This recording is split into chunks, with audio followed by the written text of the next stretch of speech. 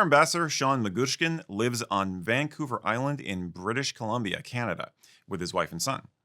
Sean holds a BA in history with a minor in English literature.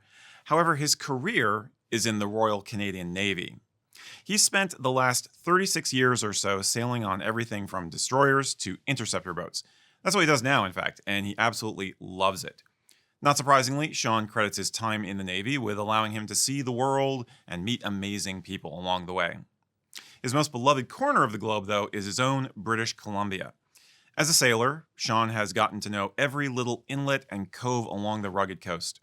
When he's not at sea, you'll find Sean hiking in the forests or mountain biking. And yes, he has worn a kilt paddleboarding and even mountain biking once, which I really have trouble wrapping my brain around.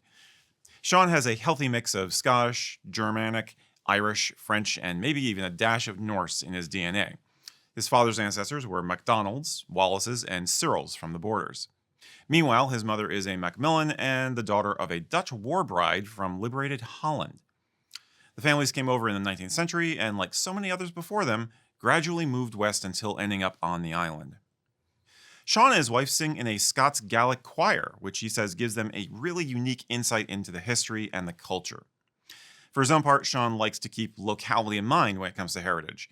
As he puts it, I don't really dwell on some of the more pop culture elements of what people define as being Scottish. I try instead to look at my heritage through a very Scots Canuck lens. Sean first got into kilts back in the 90s. It sounds familiar. And maybe just a couple of movies that came out then were involved.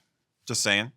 While he does enjoy dressing up in his tweeds and a PC occasionally, most days you're going to find him trudging along through the woods in a kilt, a flannel shirt, and a torque. And yes, that's all year round. As Sean puts it, kilts are the Swiss Army knife of clothing. They can be everything and anything you want. Sean's kilt is certainly accepted and appreciated in his community, and he puts this down to the fact that Canada is a very multicultural society, and British Columbia itself has a lot of deep Scottish roots going back to the Hudson Bay Company.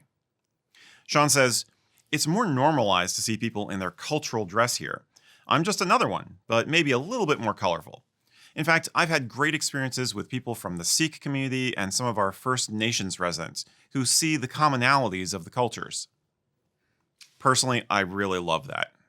Sean firmly believes that anyone who's got the heart for it should buy a kilt, wear it, and enjoy it, even if it's a cheap one to start with. Always remember, as the old saying goes, a man in a kilt is a man and a half. Oh, one final note, I want to be sure to mention that Sean is also a writer. He's a big fan of history and historical fiction, but his own writing is science fiction and fantasy. Here's a link to where you can check out his stuff. Thanks for all the inspiration, Sean. Keep it up.